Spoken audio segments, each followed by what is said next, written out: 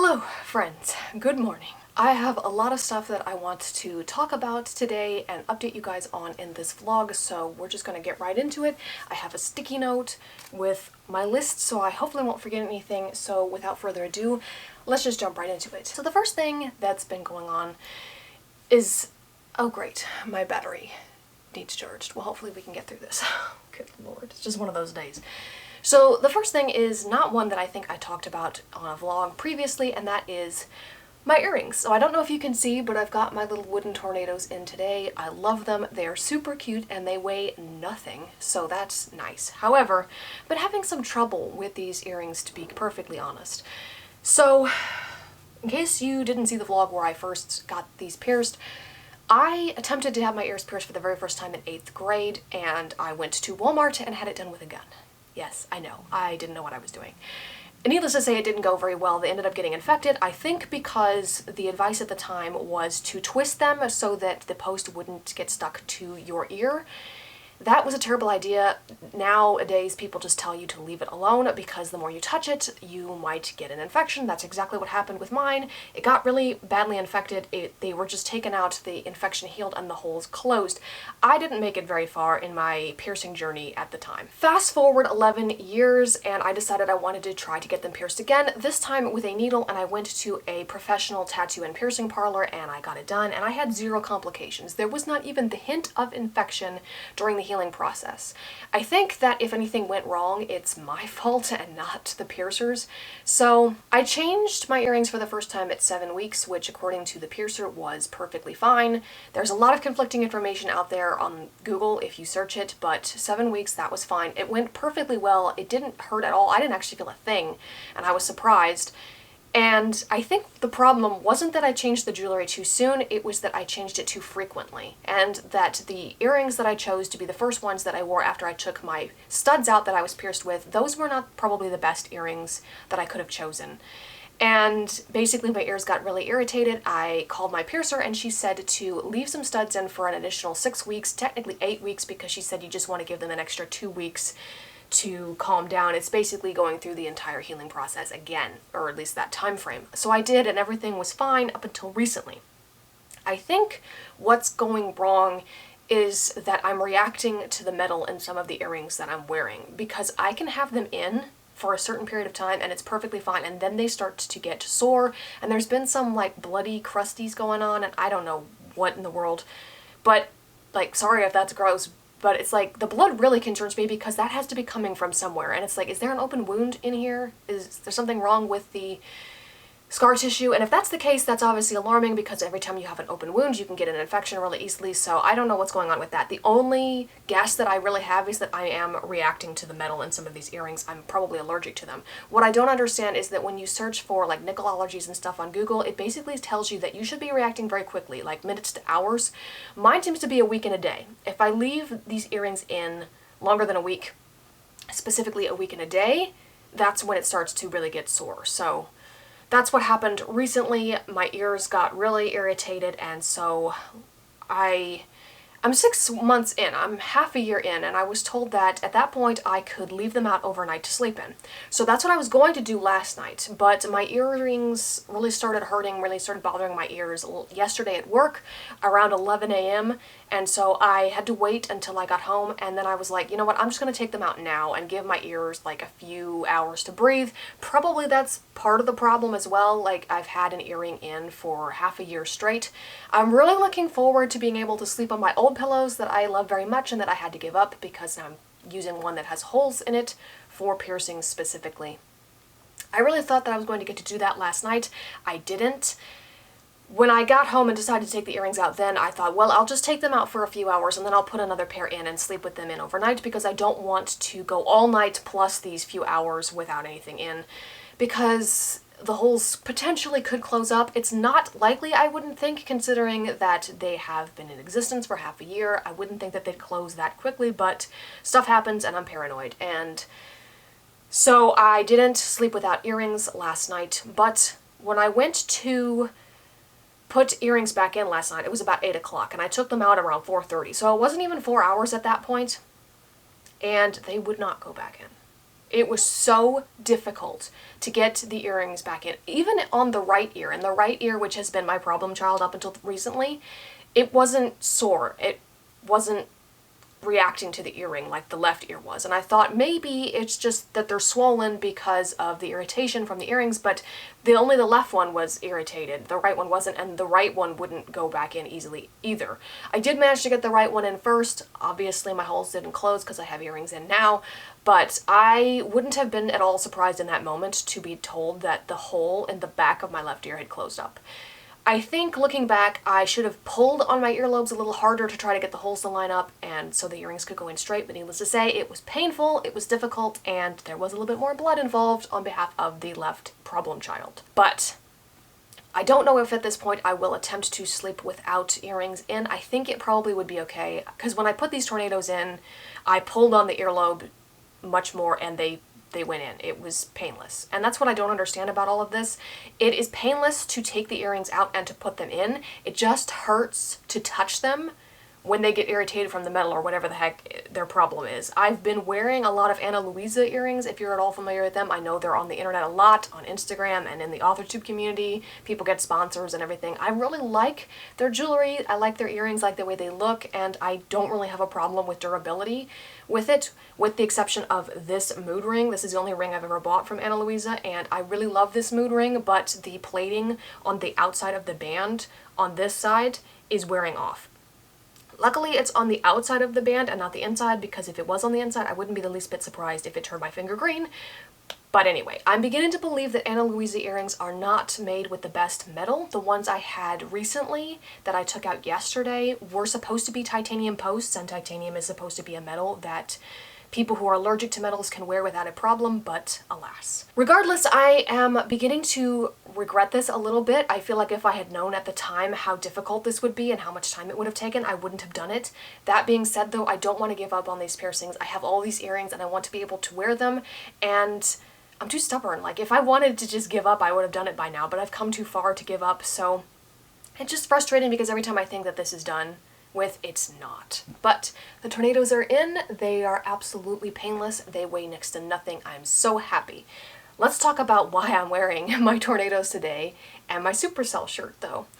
It looks gorgeous outside right now. You guys saw a clip of it at the beginning. It's going to be a beautiful day until it's not. Today, where I live is under a large severe risk for weather, and basically all hazards are possible: damaging winds, large hail, and tornadoes. So this afternoon is when that's going to get started, and it's definitely going to be a day to be weather aware.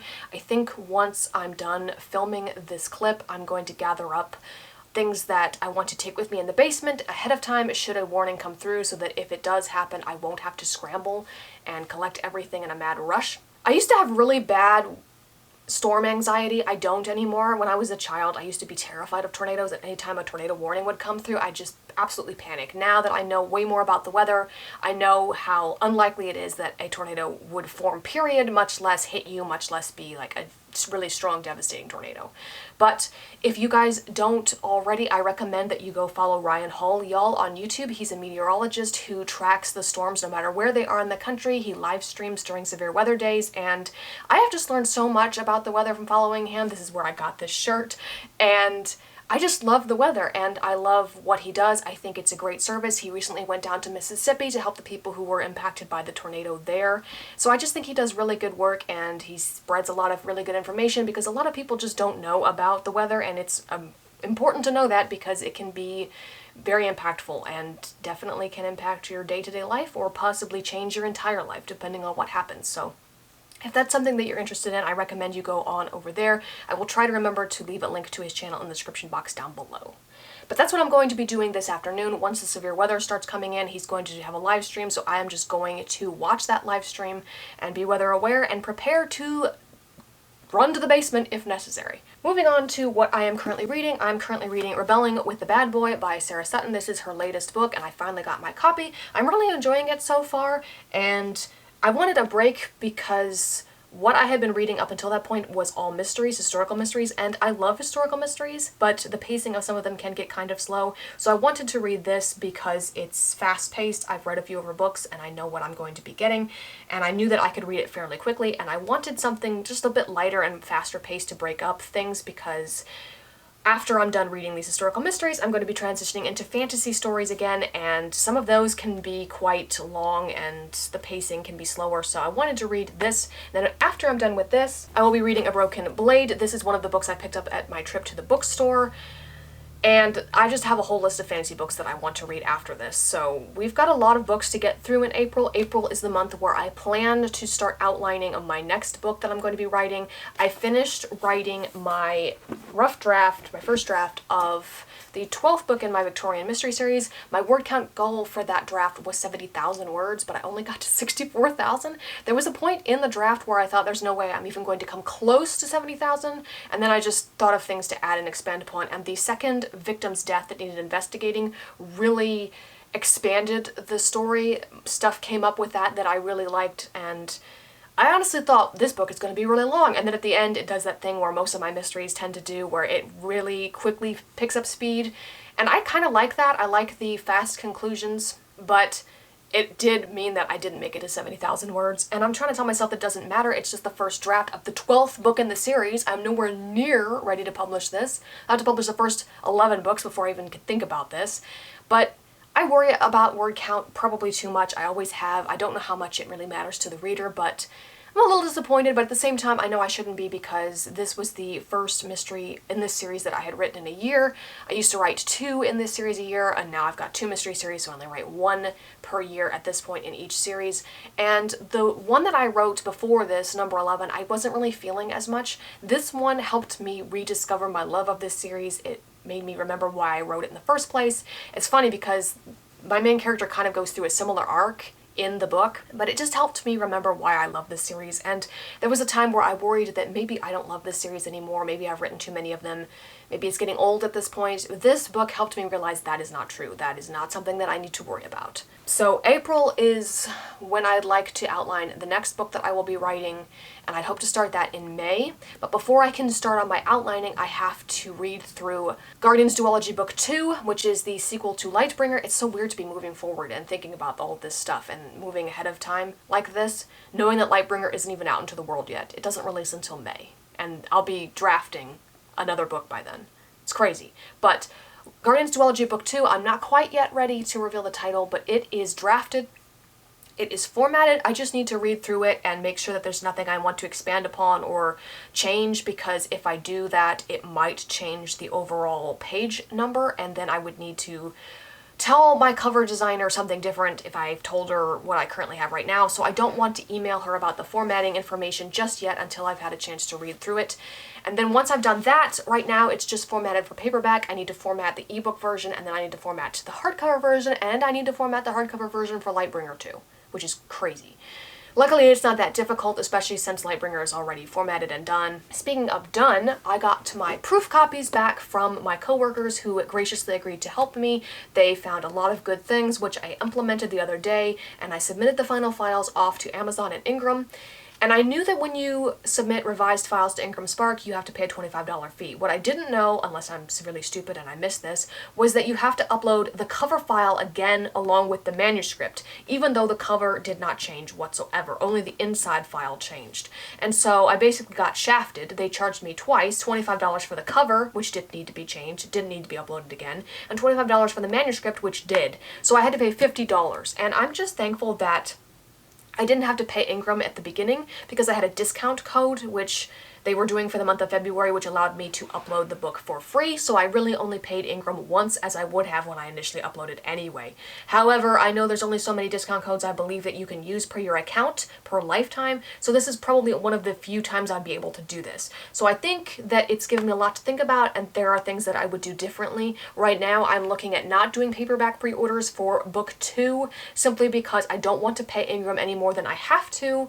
I think it's kind of ridiculous that they make you pay to upload your book. On the one hand, I understand that they have to make money somehow, or their service would simply not exist.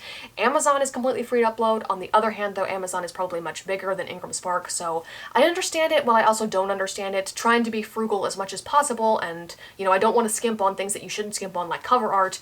I really don't want to have to pay $100 to upload my book to Ingram, because I'd have to pay the $50 initially to upload, and then when typos or continuity errors or whatever are inevitably found, then I'd have to pay $100 again to upload the files.